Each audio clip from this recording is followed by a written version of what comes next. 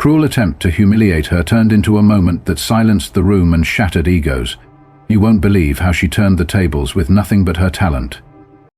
In the dimly lit restaurant, the clinking of glasses and soft murmurs of conversation created an atmosphere of understated luxury. La Fontaine, a renowned upscale restaurant in the heart of Raleigh, North Carolina, was the setting for a night that was about to unfold in a way that no one could predict. Sophie Turner, a 25-year-old waitress, moved gracefully through the elegant dining room.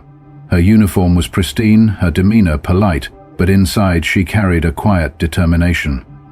A dreamer at heart, she had always yearned for something more than the life of a server. Music, her true passion, had been with her since childhood, though life's realities had kept it at bay for years. Tonight, she had no grand expectations. The evening rush was starting to slow, and she was ready to finish her shift and head home. Little did she know, the night would change her life in a way she could never have anticipated. When Matthew King walked through the door, he entered with the kind of presence that commanded attention. His sharp suit and polished demeanor made him an unmistakable figure in the restaurant. Known for his sharp tongue and flair for dramatic entrances, Matthew was a man who thrived on control, on dominating any space he entered. He was accustomed to pushing people to the limit, and tonight he had already decided that Sophie Turner would be his subject. As Matthew scanned the room, his gaze landed on Sophie. His eyes narrowed, sizing her up as if she were an object to be analyzed. His smirk didn't go unnoticed, but Sophie, being used to such stares, pushed forward. She kept her focus, moving between tables with practiced ease, serving the guests without letting his lingering presence affect her. Matthew, however, had already decided what kind of evening it was going to be. The first interaction between them was a simple comment. Matthew, with his signature condescension, had remarked on her name tag, making a sarcastic comment about her talents. Sophie, momentarily thrown off, brushed it off with professionalism, replying politely before returning to her tasks. But Matthew wasn't done. In fact, this was only the beginning of what he intended to make a spectacle. As the night wore on, Matthew's behavior became increasingly obnoxious, his jabs at her more frequent. Each word, each glance felt calculated. Sophie felt the weight of his gaze, the quiet judgment that followed her every step. It wasn't just rude, it was deliberate. His mission, it seemed, was to break her, to provoke a reaction that would make him the center of attention. But Sophie, despite her discomfort, maintained her calm. She had learned long ago to navigate such challenges. However, the discomfort in the air and the way Matthew singled her out created a growing tension that Sophie couldn't ignore. In moments like these, she had learned to take refuge in her dreams, the one thing no one could take from her. Music had always been her escape, the one constant in a life that had often felt too demanding. Tonight, she had hoped for a quiet night, but Matthew's challenge had turned it into something else. What he didn't know was that his attempt to humiliate her was about to be flipped on its head. She wasn't just a waitress, she was someone with a gift that could not be stifled by his arrogance. The moment was coming, one that would change everything. The tension at the table had been building slowly, and as Matthew's challenge to Sophie echoed in the air, the entire room seemed to hold its breath. His voice had been cutting, dismissive, and as much as she wanted to walk away, there was a flicker of something deeper inside her, a quiet resolve. This wasn't the first time she'd faced judgment, nor would it be the last. But tonight, she wasn't going to let someone like Matthew define her worth. Her fingers trembled slightly as she reached for the piano, the shiny keys beckoning her in the corner of the room. Every step toward the grand piano felt like a small rebellion, as if each stride toward it pushed back against the weight of judgment that had settled in her chest. Matthew's mocking voice still hung in the air, but Sophie was no longer listening to him. She was listening to the music inside her, the same music that had carried her through countless trials, the same music that had been her refuge when nothing else made sense. The spotlight above the piano seemed almost too bright, isolating her from the crowd, but Sophie took a steadying breath and sat down. The first few notes were tentative, hesitant, as if her fingers weren't quite sure they should be here. But as the melody filled the room, something shifted. Her nerves began to melt away, and her body, once stiff with anxiety, now moved in sync with the music. Her hands, though nervous at first, began to play with grace and power, her fingers dancing across the keys in a soulful rendition of a piece she knew by heart. The piece she chose, a soulful melody, began to take form in the room. The music spread across the space like a thread of connection, weaving its way through the hushed whispers of the diners and the thick air of discomfort that had surrounded her just moments ago. With each note, Sophie's confidence grew, and she allowed herself to pour every ounce of emotion into the piece. She played not just for Matthew or for the patrons who had been watching, but for herself. She played for the years spent in silence, for the dreams that had been held back by circumstance, for the parts of herself that had been hidden away. The room had fallen silent. Matthew, who had been whispering to his companions moments earlier, was now still, his smirk gone. The diners around her too had stopped their own conversations, their attention drawn to the piano, to Sophie, whose hands moved with a fluidity that betrayed no hint of the nerves she'd felt just moments ago. The quiet hum of judgment that had surrounded her before had evaporated, replaced by something far more powerful: respect. As the final note lingered in the air, Sophie sat still, her hands resting on the keys, her heart still pounding in her chest. The room held its breath for a moment longer, and then, as if they had been waiting for her permission, the applause erupted. It was loud, it was warm, and it filled the space with a sense of validation she hadn't expected. The clapping was thunderous, and for a brief moment, Sophie let herself soak in the praise, the recognition. It wasn't about Matthew anymore. It wasn't about his assumptions. It was about her talent, her resilience, and the undeniable power of standing tall in the face of disrespect. As she slowly stood up from the piano, Sophie felt the weight of the night shift. The eyes that had once looked at her with skepticism and judgment were now filled with admiration. She hadn't just played a song, she had reclaimed her power, her dignity.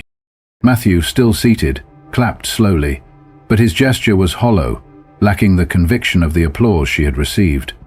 Sophie didn't need his approval anymore. She had earned something far more valuable. The room had witnessed her moment of strength, and it wasn't just about her music. It was about the way she had faced down ridicule and transformed it into something unforgettable. With her back straight, her heart still racing from the performance, Sophie walked back to her station, her colleagues giving her small nods of encouragement as she passed by. The atmosphere in the room had shifted completely. Matthew's table, once filled with arrogant laughter, had quieted, their faces now a mix of discomfort and begrudging respect. The world had seen Sophie for who she truly was, more than just a waitress, more than the roles people had tried to assign to her. Tonight, she was a reminder to everyone in that room that talent, authenticity, and grace couldn't be diminished by the opinions of others. As Sophie made her way back to her station, a newfound sense of quiet confidence settled within her. The evening, which had started with the weight of Matthew's condescension pressing down on her, had transformed into something entirely different. It wasn't just the applause that lingered in the air.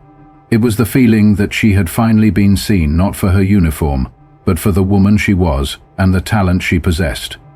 The oppressive energy that had once surrounded her now felt like a distant memory. The applause faded, but the impact it had on the room remained. It was as if the entire atmosphere had shifted. What had once been a place of judgment had now become a space of reflection. The patrons who had once exchanged glances in discomfort now whispered amongst themselves with admiration. Sophie could feel their eyes on her, but this time it didn't feel invasive or judgmental. It felt like recognition, like they had witnessed something rare and powerful, a woman standing up for herself, reclaiming her dignity and, in doing so, reminding them of their own humanity. But it wasn't just the diners who had felt the change. The staff too had noticed. Sophie's co-workers, who had been hesitant earlier, now moved with a subtle pride as they interacted with the other tables. Her quiet act of defiance had reverberated through the restaurant, shifting the energy in a way none of them had expected. The respect that had once been reserved for the patrons in designer suits and polished shoes was now being directed towards Sophie. It wasn't about the money she brought in or the label she wore.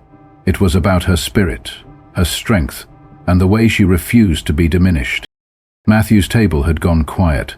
His usual bravado had evaporated, replaced by an awkward stillness. The companions who had once laughed at Sophie's expense now exchanged uneasy glances, unsure of how to navigate the moment. It was as though the power dynamic had completely shifted, and Matthew, once so sure of himself, now found himself exposed. His carefully constructed image of superiority had crumbled, leaving behind nothing but the uncomfortable truth of his own arrogance. Sophie didn't need to say anything more. She had already spoken volumes with her music, her dignity, and her silence in the face of ridicule. Matthew's feeble attempt at applause was enough of a signal to everyone in the room that the game had changed. The validation she had sought for so long didn't come from the applause, nor from Matthew's forced compliment. It came from within.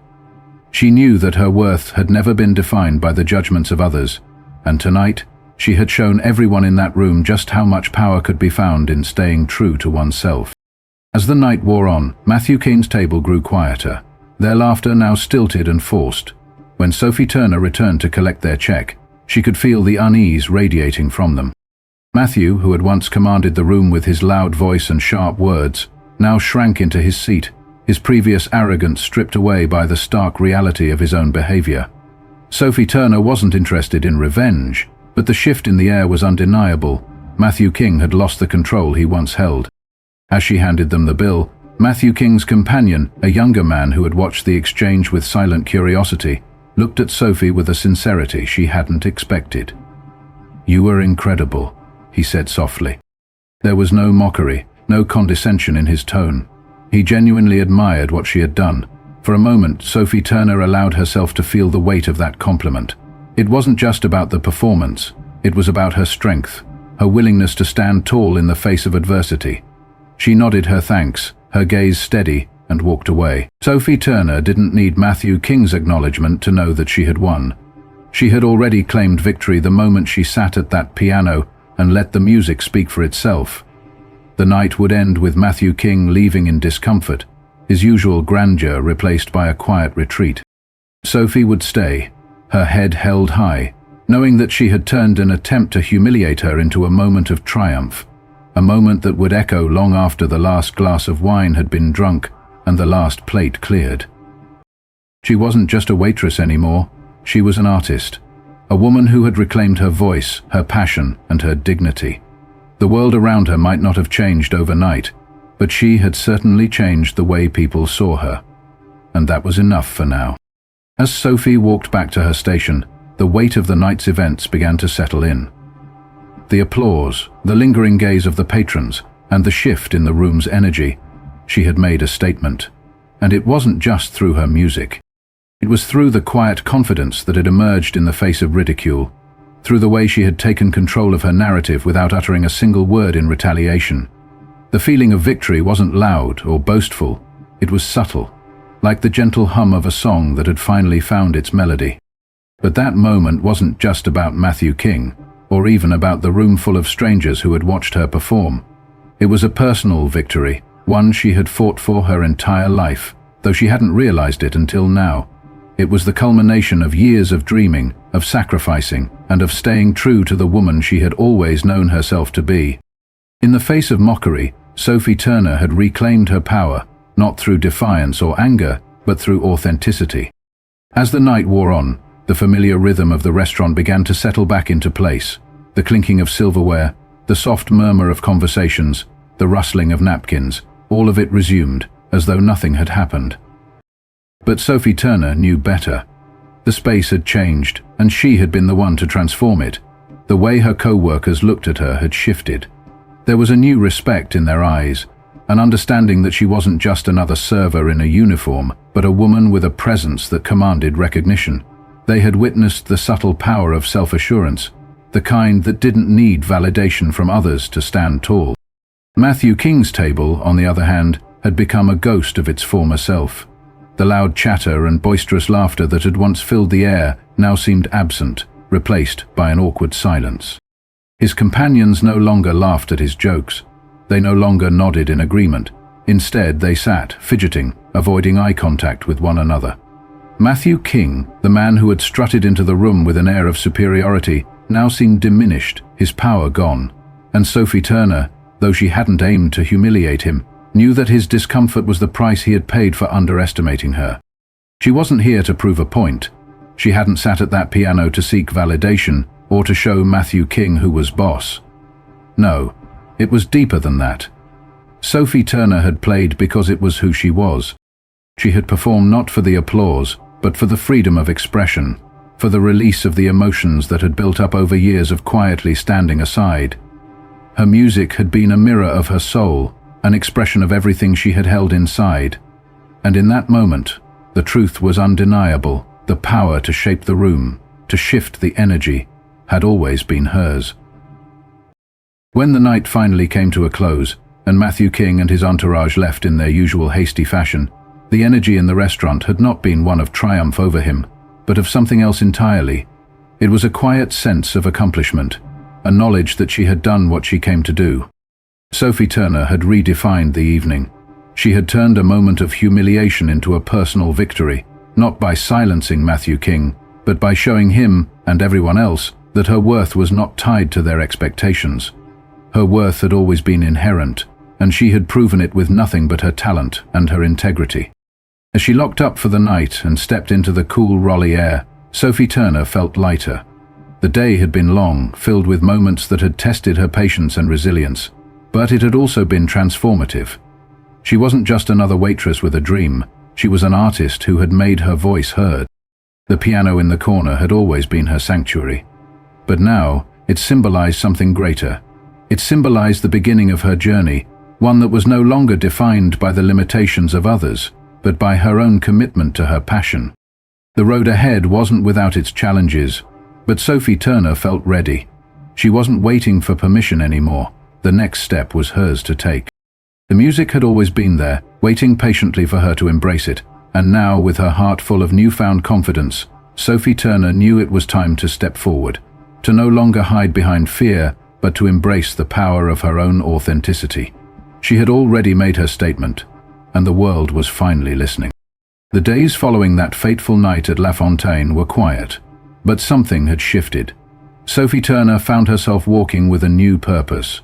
Each step felt different, more deliberate, as though the world had adjusted its angle just enough to let her see the path ahead clearly. She wasn't waiting for a grand opening or a big moment to validate her existence anymore.